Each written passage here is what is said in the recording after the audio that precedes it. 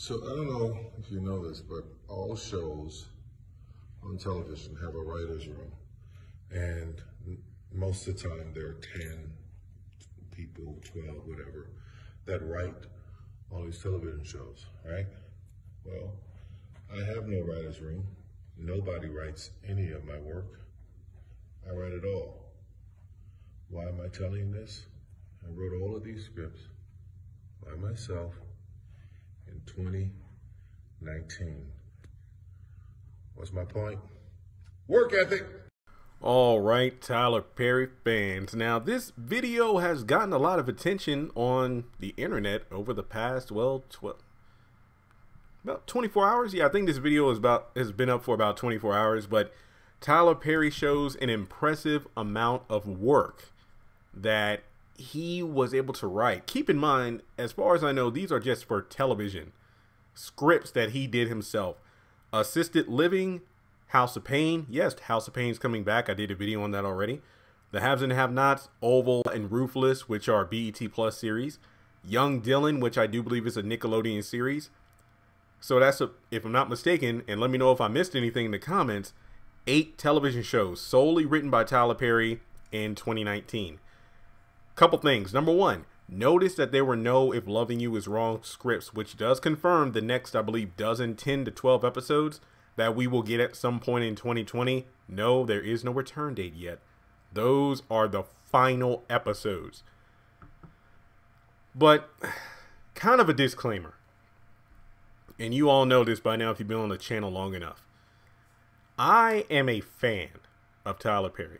I do not get behind this microphone to talk about stuff that I don't like. The Haves and Have-Nots review is called the Haves and Have-Nots review because I review, well, the Haves and Have-Nots because I love the show. It's honestly one of, if not my favorite show on television. However, the show is not perfect. When I get behind this mic to record, I talk about things I love, things I liked, things I didn't like so much, and things I downright hate and despise. But I don't come behind this microphone to tear down or criticize or rant without good reason. Even when I disagree with something, it's because typically I know that Tyler Perry can do better than what he gave us in a movie or a show or episode, whatever the situation is. It's easier to critique than to create. And with all that disclaimer out of the way, I think he needs to hire more writers. It is impressive. One thing I will say as a final disclaimer, Tyler Perry's work ethic is not in question here. Let me repeat that. Tyler Perry's work ethic is not in question. And I'm talking about before even this huge studio gala and everything. The man has been working hard for years. But I think that just because you can crank out like 50 shows and 30 movies doesn't mean you have to do it by yourself. Now, the pot calling the kettle black, this channel is all me. I do the script writing, the editing, the social media posting, and then of course I rely on you all to, you know, share videos around and whatnot. But the channel itself is pretty much all me. Now, trust and believe, I know for a fact that I could use an editor or whatnot. Like, that'll make things easier on me, make the videos kind of pop more, you know, just adding certain things to add a wow factor on there. But at the same time, I'm unable to afford such assistance. But Tyler Perry, multi-million, if not billionaire, I think he's in the billion, over $1 billion. I could be wrong about that, but he can afford the help. And I mean, think of it this way. The world got to get a very inside look of Tyler Perry and how he does things ever since the gala and, you know, behind the scenes stuff about the new studio lot and everything. And he prides himself on, you know, hiring people to get experience, people who don't get a chance in Hollywood to, you know, be cast in movies and shows and whatnot.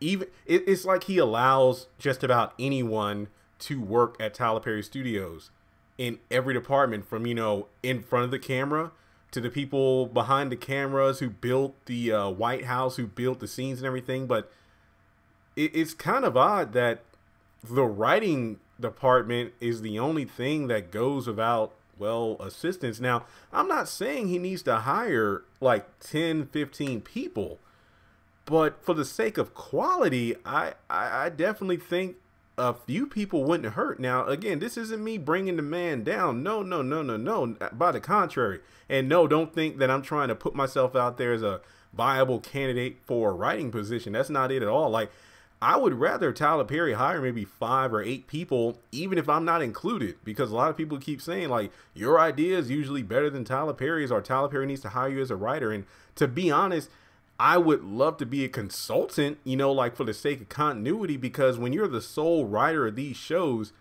it shows, no pun intended, like inconsistencies in the scripts, characters who are pretty one-dimensional. Like, I was talking with a friend of mine for about almost 2 hours this morning about the shows and everything, and we were pretty much listing off how there are so many characters who are the damn same in the shows and movies. It's literally like, and I hate to make this example, but I'm just going to throw classes out there. Imagine being in like an English 101 class in college, and your final project is like a 8-page paper. Then you go to English 102, and then your final project is a paper that's maybe 10 pages. And the only thing you did different is like you took your 101 paper, added some fluff to it and changed some people's names, turned it into 102, and you got a, you know, mediocre but passing grade. That's kind of what Tyler Perry does for a lot of his characters, where they're the pretty much same. Like, you can't tell me Victoria Franklin isn't Veronica Harrington. You can't tell me that Hunter has traits from Jim Cryer. And I know I'm really only just talking the haves and the have-nots in the Oval, but there are so many examples. Like, that might be a fun but tedious video to do in the near future, where I just compare various characters from the Tyler Perry cabinet, if you will, and how they're pretty much mirror images of each other. That's why it was so easy for me to fall into If Loving You Is Wrong last year when I started reviewing it, because a lot of the same story and character beats were very similar to the haves and the have-nots. That's how I was able to jump into the show, despite not being an you know, long-time viewer of it. And it is difficult to just fathom why he wants to be the only writer. I mean, if you go back to that video I did probably well over a year ago, it was a video about the Oprah and Tyler Perry falling out. And when it came to, I believe, TBS, right? That's where he, originally he had the WB for House of Pain, but in terms of House of Pain, Meet the Browns, for better or worse, they were all on TBS. It was stated by some writers, former writers, that, you know, they pretty much got the boot right before syndication. So it could be that, you know, Tyler Perry just does stuff himself to avoid, you know, sharing a piece of the pie when his shows get to syndication. But you got to go back to that video because, again, it's pretty old. But at the same time, it's just one of those things where I think he could actually use the help, because once again, and keep in mind, that video only showed us 8 shows from 2019 that he wrote. That doesn't include movies. We don't know how many movies and other projects he's either written himself or collaborated with other people with. Keep that in mind. So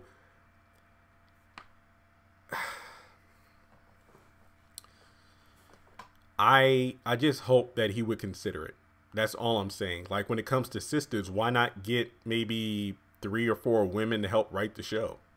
I remember in an interview he said, like, he remembers walking around his studio and whatnot and hearing some of his female employees talking, and he's like, these stories, that's like a TV show.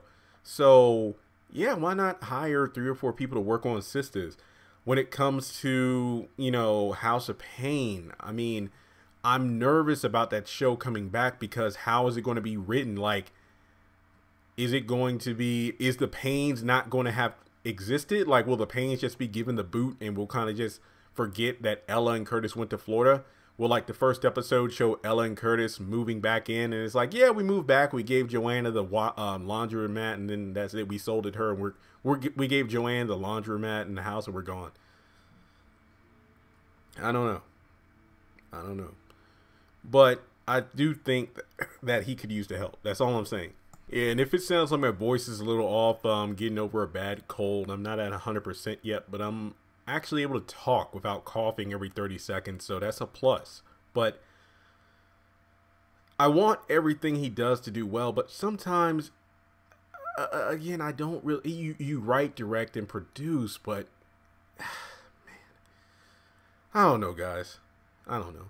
But I know that he prides himself on that kind of thing, because I remember, when he was doing, appearances after the gala or leading up to the gala, promoting Sisters in the Oval, he was really talking about how, Tyler Perry Studios, like, films the most scripts every day. Like, what is it, like 180 plus pages of script a day? But that's because, you're really only taking 1 or 2 takes, when honestly you might want to take your time a little bit more, just because, like, Nobody's Fool. And I forgot what other movie it was, but I think Nobody's Fool was like the first one that was really advertised as it only took 10 days to film.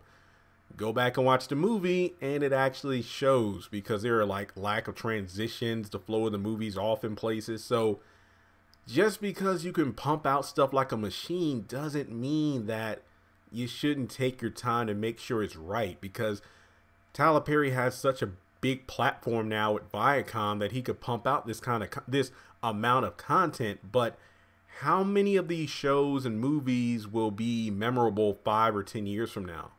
That's what I'm saying, that just because you can put out like 30 things doesn't mean you should. I mean, I'd much rather you put out 10 great pieces of work than 30 mediocre pieces of work. I think James Brown was a perfect example of this, where if you go back and look at his, I believe the word is discography, I could be wrong, but I just remember watching documentaries and whatnot, and he would like pump out albums like it's nobody's business, and maybe every 10 or 15 albums he'll finally have a hit or two. But I know Prince tried the same thing, and the record label didn't want him to do it, hence why the Vault, was a thing, and why it has thousands of songs in there, because he wasn't able to pump out music the way he wanted to, because he was oversaturating the market. Now, again, I'm not saying I want Tyler Perry Studios to, go from, 180 to like 20 miles an hour. All I'm saying is I think that it wouldn't hurt for Tyler Perry to have a few extra hands on deck, if not for writing purposes, but for people to read over these scripts and kind of say, you know what, these characters seem a bit stiff, like they feel like they're too one note. It feels like the pacing of this show isn't good. I mean, I don't know, guys, but all I'm saying is this: he's the one with the studio. I'm the one who's just sitting in my apartment recording the videos, just to put that in perspective. But when the fans are all saying the same thing, I think that it shouldn't be turned to deaf ears. Like, you might be getting the ratings, but are you putting out the quality? And like I said before, will these shows hold up within the next 5 to 10 years? Hell, even the next 3 to 5. How many of these shows will be canceled within the first season because people aren't watching? Now, I believe House of Pain, Bruh, and Ruthless are all BET Plus series. They're all BET Plus. I don't know about Assisted Living. I don't know if it's on BET or BET Plus yet. But I know for a fact that I'm iffy on if I'm going to review them, because what's the point of me spending, what's BET Plus, $9.99 a month? What's the point of me paying that much a month than spending time watching, taking notes, recording, posting videos on shows that people might not be watching? Now, I have thought about it, where perhaps my videos might be a driving factor of some people saying, you know what, Jeremy, I listened to your episode reviews. I'm gonna get BET Plus and start watching these shows. Well, I mean, that helps BET Plus, but it doesn't help me. Like, if the videos don't bring in the revenue, then I'm wasting my money and time when I could be watching other shows that'll garner more views. So we will have to wait and see. I do hope House of Pain being brought back means that we're kind of going back to the status quo. Excuse me. And we'll just have to wait and see what happens. I don't know when they're filming. I think they're already filming, if I'm not mistaken. based off an article I did a video on a couple weeks ago. And like I said before, this video is not to tear down Tyler Perry, but it's just to offer the consideration of it wouldn't hurt to have a few extra hands on deck just to make sure the flow of these shows is actually good. Because I'd rather see 3 shows that are excellent than to see 10 or 15 shows that are mediocre. I mean, it's gotten to be like weird comparison, but the CW Arrowverse, where it used to be a handful of shows, Arrow, Flash, Legends of Tomorrow, and Supergirl, then they branch out in so many different shows now where they added to the mix Black Lightning, which I honestly think season 1 was the only great season. What else is there? Batwoman. And then they're adding so many other shows now. And it got to the point where I just became oversaturated. And I feel like even though this channel is called the Haves and the Have-Nots Review and definitely Tyler Perry focused, I've watched non-Tyler Perry shows that are very well done, like Greenleaf and Ambition. So only time will tell how many Tyler Perry shows I will be reviewing. But just know that I will be watching the Haves and Have-Nots, of course, If Loving You Is Wrong's final season. And Sister and Oval, I'm iffy on how long I'm going to be rocking with the show. If the shows don't get better, then I might have to drop them because the views on my videos aren't really equating to the time and energy I'm putting into them. So I don't know, guys. It's a new year. We're at 100,000 subscribers plus now. It's time to make some difficult changes, but things are going to get better. Like Patreon is coming. I've already thought of a bunch of ideas. Personal life has been crazy the past 3 weeks, from car being jumped on by a deer and it's still not fixed, to sickness. And I mean, I honestly thought the 3-week hiatus of the Oval and Sisters being off the air was going to be the perfect time to relax. We hit 100,000. So with the channel growing at a good pace, even without me posting every single day, I was going to use that time to work on other projects. However, life happens and, well, we're here now. But hey guys, all I got to say is this: the Haves and the Have-Nots comes on tonight. And for those of you who have never watched the show, you need to watch it. Even if you don't have OWN, I'm not going to promote different alternative ways to watch it, but if you don't have OWN, find a way to watch it. That's all I'm going to say. But I think that when it comes to writers, people who watch the Oval and Sisters, those shows do not do the Haves and the Have-Nots justice. The Haves and the Have-Nots is in a different ball game by itself. Don't believe me? Go on Hulu and watch at least the first season, which I do feel is the best. And you'll see what I mean. But with that being said, that being said, you all, I hope you take into consideration what I've said. Let me know what you think. Should Tyler Perry hire more writers, or do you think he should just keep flying solo? And I just think that at this point, you know, there's a time when, of course, he was doing everything when he had a lot less on his plate. But the fact that he has so many different opportunities now, different avenues of putting stuff out there, it wouldn't hurt to have extra people there. That's all I'm saying. And now, I am aware that A Fall from Grace dropped their trailer last Friday. I will be doing a video on that once my voice is stronger. And hopefully, you know, the car comes back Thursday, Friday. So this weekend, you know, will be a time of full recovery and getting stuff done. So please bear with me. I will try to have my episode review up tonight for the Haves and Have-Nots if my voice is strong enough. If not, I'll have it done tomorrow. And yeah, let me know your thoughts. Make sure you subscribe to the channel if you're new. Check me out on social media. Links are in the description below. And we'll just have to wait and see what Tyler Perry has for us later this year, if not into 2021, because all those scripts for 2019, meaning that, you know, we got a lot of surprises in store. And like I said before, those are just television shows. We don't even know how many movies he has ready to go.